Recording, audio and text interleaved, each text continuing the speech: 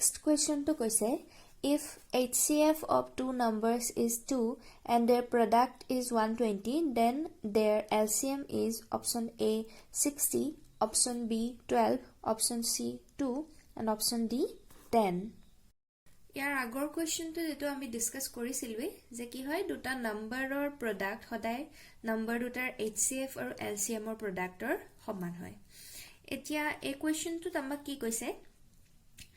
HCF 2 দিছে আৰু and their product মানে নম্বৰ দুটাৰ প্ৰডাক্টটো দি দিছে 120 তো নম্বৰ দুটাৰ প্ৰডাক্ট A * B ৰ জাগাত কি লিখিব পাৰো আমি 120 পুট কৰিব পাৰো আৰু হিয়তৰ HCF তাৰ মানে গহাগু দিছে 2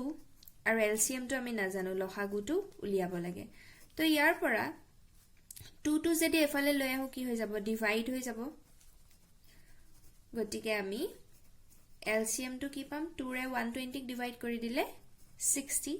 তো যেটো আছে আমাৰ অপচন নম্বৰ 8 গতিকে কাৰেক্ট অপচন তো হল option number A next question তো চাওয়া হা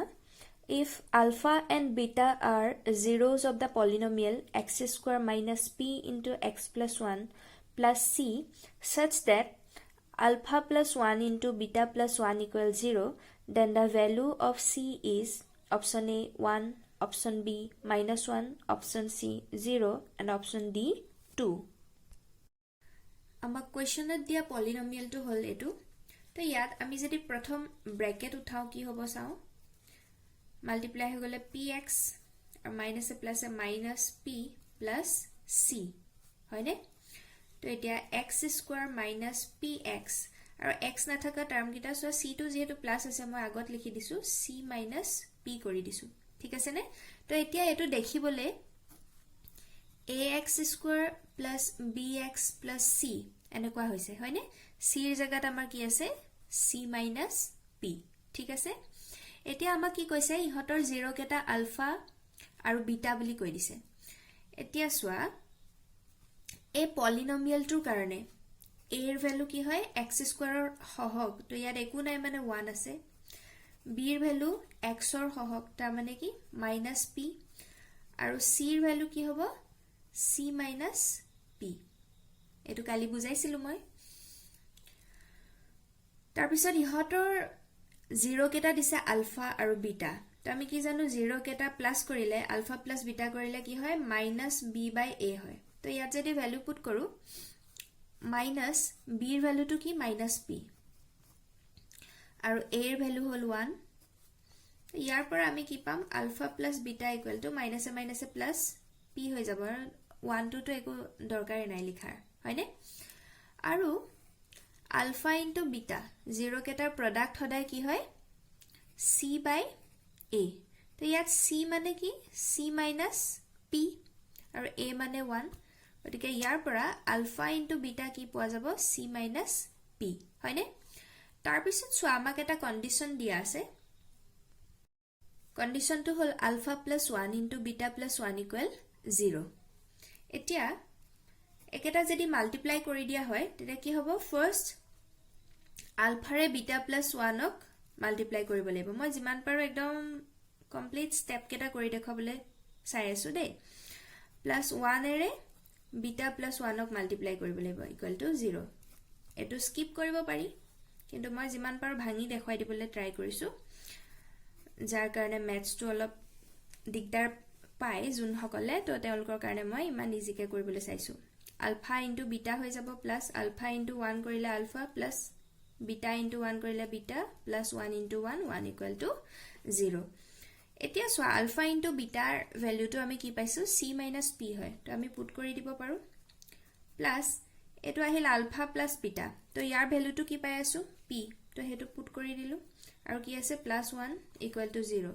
তো -p plus p cancel out কৰি দিব পাৰো তো ইয়াৰ পৰা আমি কি পালো সোৱা c equal এ plus 1 তো যদি হিফালে লৈ যাও কি পাম -1 হয়নে বাৰু গটিকে c equal -1 এই ভ্যালুটো কত আছে অপশন নম্বৰ b গটিকে কাৰেক্ট অপশনটো হল অপশন b নেক্সট কোৱেশ্চনটো খুদিছে which of the following pair of linear equations is consistent তো ইয়াত যিকেটা অপশন দিয়া আছে তাৰ ভিতৰত কোনটোৰ সমাধান আছে তাৰমানে কোনকেটা ইকুৱেশ্যন সলভ কৰিব পাৰি হেতু উলিয়াবলে দিছে কোৱেশ্যনটো সলভ কৰাৰ আগতে দুটা linear equation in two variable কেতিয়ানো কনসিস্টেন্ট হয় তাৰ কন্ডিশন কিটা জানি ললে সুবিধা হ'ব linear equation in two variable এই ধৰণে ৰিপ্ৰেজেন্ট কৰিব পাৰি দুটা ইকুৱেশ্যন গতিকে ফাৰ্স্টটো ৰিপ্ৰেজেন্ট কৰা হয় এই ধৰণে a1x + b1y + c1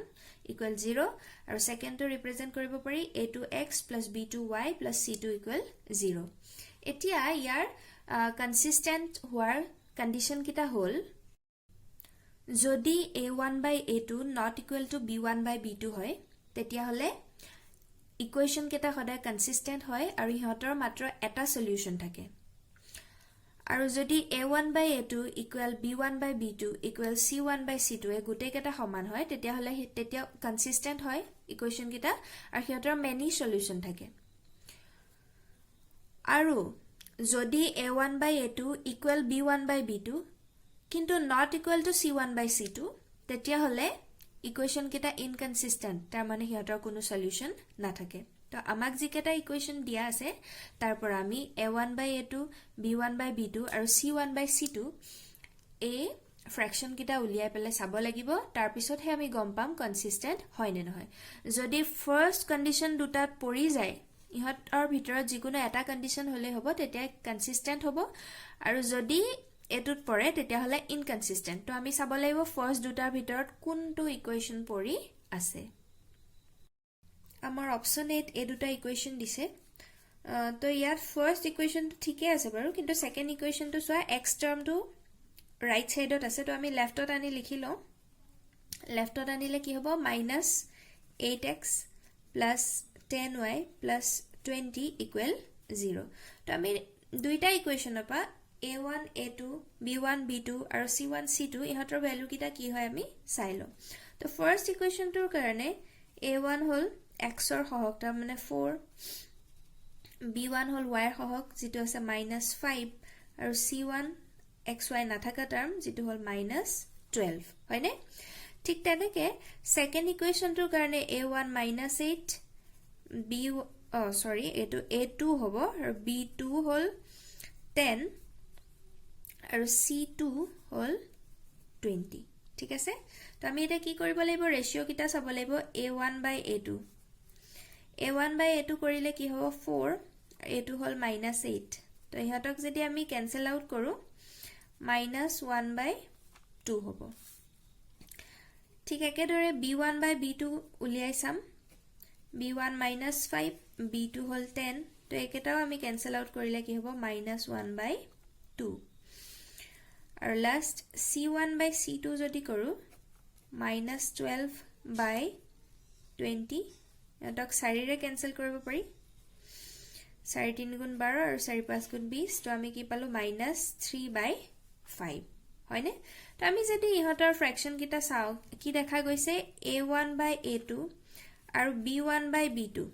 এই দুটা ইকুৱেল আহিছে -half কিন্তু c1/c2 not equal হৈ আছে তো এতিয়া যদি এটো কন্ডিশন হয় আমি কি পাইছিলো কনসিস্টেন্ট নহয় ইনকনসিস্টেন্ট তো অপশন এ টো নহয় ঠিক একেদৰে আমি অপশন বি থাকা ইকুৱেশ্যন কিটাৰ পৰা a1 b1 c1 a2 b2 c2 value কিটা আমি উলিয়াই ললো তাৰ পিছত আমি ৰেশিও কিটা চালো a1/a2 কি পালো 1/2 b1/b2 উলিয়াওতেও পালো 1/2 কিন্তু c1/c2 একেটা কৰোতে কি পালো 1/3 আকৌ কি আহিল কন্ডিশন to আহি গল a1/a2 = b1/b2 not equal to c1/c2 গতিকে ইহতো কনসিস্টেন্ট নহয় নেক্সট অপশন সি ৰ ইকুৱেশ্যন কেটাৰ পৰা সোৱা a1 আৰু a2 ৰ ভ্যালু b1 আৰু b2 ৰ ভ্যালু আৰু c1 আৰু c2 ৰ ভ্যালু পুট কৰিলে a1/a2 কি পাও 1/3 b1/b2 2/6 আৰু একেটা ক্যান্সেল আউট কৰিলে কি পাম 1/3 এ পাম আৰু c1/c2 ভ্যালু হল -4/-12 তো জিকেটা ক্যান্সেল আউট কৰি দিলে কি হৈ যাব 1/3 পাম তো আমি কি কন্ডিশন পালো a1/a2 = b1/b2 = c1/c2 তো আমি প্ৰথমতে জিকেটা শিকিছিলো ইকুৱেশ্যন দুটা কনসিস্টেন্ট হোৱাৰ এটা কন্ডিশন আছিল এটো তো আমাৰ অপশন সি টো কাৰেক্ট হ'ব পাৰে তথাপিও আমি এবাৰ লাষ্ট অপচন ডি টো চেক কৰি লওঁ অপচন ডি থাকাত ইকুৱেশ্যন কেটাৰ পৰা a1 b1 c1 আৰু a2 b2 c2 ভ্যালু কিটা উলিয়াই ৰেশিও কিটা উলিয়ালে সোৱা কি হয় a1 by a2 পোৱা যায় 3/2 b1 by b2 উলিয়ালে মাইনাস মাইনাস ক্যান্সেল হৈ যাব তাৰ পিছত সোৱা 4 আৰু এই ৰেশিওটো উল্টা হৈ যাব আমাৰ 3/8 হৈ যাব তো আমাৰ আলটিমেটলি ক্যান্সেল আউট হৈ কি থাকিবগৈ 3/2 থাকিব হয়নে আৰু c1 by c2 ভ্যালু পোৱা গল -1/5 তো ইয়াৰ পৰা আমি কন্ডিশন কি পালো a1 by a2 equal to b1 by b2 not equal to c1 by c2 তো অপশন নম্বৰ ডি ইকুৱেশ্যন কেটা আমাৰ কনসিস্টেন্ট নহয় কিন্তু কোৱেশ্যনটো আমাক খুদিছিল তলৰ কোনটো অপশনত থকা ইকুৱেশ্যন কেটা কনসিস্টেন্ট যেটো আমি কি পালো অপশন সি ইকুৱেশ্যন কেটাহে কনসিস্টেন্ট হোৱাৰ এটা ফৰ্মুলাত পৰি আছে তো আমাৰ কাৰেক্ট অপশনটো হল অপশন নম্বৰ সি নেক্সট সুধিছে the value of k for which the system of equations kx minus 5y equal 2 আৰু 6x plus 2y equal 7 has no solution is option A k equal minus 15 option B k equal 15 option C k equal 5 আৰু option D k equal minus 5 আমাক দিয়া equation কেটা হলে দুটা আমি কি কৰো গুটেবিলাক টার্ম লেফট সাইডত আনিলো তো কি হ'ব kx minus 5y minus 2 equal 0 আৰু সেকেন্ড ইকুৱেশ্যনটো হ'ব 6x plus 2y minus 7 equal 0 তো ইয়াৰ পৰা a1 ৰ ভ্যালু হল x ৰ সহগ তাৰ মানে k b1 ৰ ভ্যালু হ'ব y ৰ সহগ -5 আৰু c1 ৰ ভ্যালু হ'ব xy নাথাকা টাৰ্ম যেটো হল -2 সেকেন্ড ইকুৱেশ্যনটোৰ কাৰণে a2 x ৰ সহগ 6 b2 y ৰ সহগ 2 আৰু c2 হল -7 হয়নে তো এতিয়া আমাক কোৱেশ্যনটোত কি সুধিছে k ৰ কি ভ্যালুৰ কাৰণে ইকুৱেশ্যন কেটাৰ কোনো সলিউশন নাথাকে তো সলিউশন নাথাকাৰ কন্ডিশনটো কি হ'ব লাগিব a1 by a2 equal b1 by b2 not equal c1 by c2 এই কন্ডিশনটো হ'ব লাগিব তো ইয়াত আমি ভ্যালু কিটা পুট কৰি চাও a1 hall k a2 value 6 equal b1 -5 b2 2 not equal to c1 হল -2 আৰু c2 হল -7 এতিয়া এটা কথা মন কৰা অপশন কেটাত সব k ইকুৱেল আছে তো আমি নট ইকুৱেল পাৰ্টটো নধৰিলে হ'ব k এৰ ভ্যালুটো কাৰ সৈতে ইকুৱেল হয় হেতুহে সুধিছে তো আমি ফাৰ্স্ট দুটা কন্ডিশন ললে হল কিসাম k/6 equal to -5/2 তো একেটা কৰি ক্ৰস মাল্টিপ্লিকেশন হ'ব তো k equal to 6 টো এফালে ডিভাইড হৈ আছে হিফালে গলে কি হ'ব মাল্টিপ্লাই হৈ যাব তো -5/2 into 6 তো দুইৰে ক্যান্সেল কৰি দিলে k এৰ ভ্যালুটো কি পাম গৈ আমি -15 এটা -15 অপশনটো হল অপশন নম্বৰ A ক্লিয়াৰ হৈছে না বাৰু নেক্সট কোৱেশ্যনটো কৈছে the value of k for which the pair of linear equations 2x plus 3y equal 4 and k plus 2 into x plus 6y equal 3k plus 2 have infinitely many solutions আৰু option কেটা দিয়া আছে option A k equal -2 option B k equal 3 option C k equal 2 আৰু option D k equal -3 আগৰ দৰে আমি equation কেটা সব লেফট সাইডে আনি লিখিলম লিখিলে কি হ'ব 2x plus 3y minus 4 equal 0 ঠিক তেনেদৰে এটো k plus 2 into x plus 6y আৰু একেটা এফালে লৈ আহিলে -3k minus 2 equal 0 হৈ যাব হয়নে তো ইয়াৰ পৰা a1 ৰ ভ্যালু 2 b1 3 c1 -4 আৰু সেকেন্ড ইকুৱেশ্যনৰ পৰা a2 k plus 2 b2 6 আৰু c2 হল -3k -2 হয়নে এতিয়া আমি মনত পেলাব লাগিব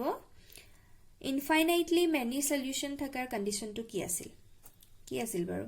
a1 by a2 equal b1 by b2 equal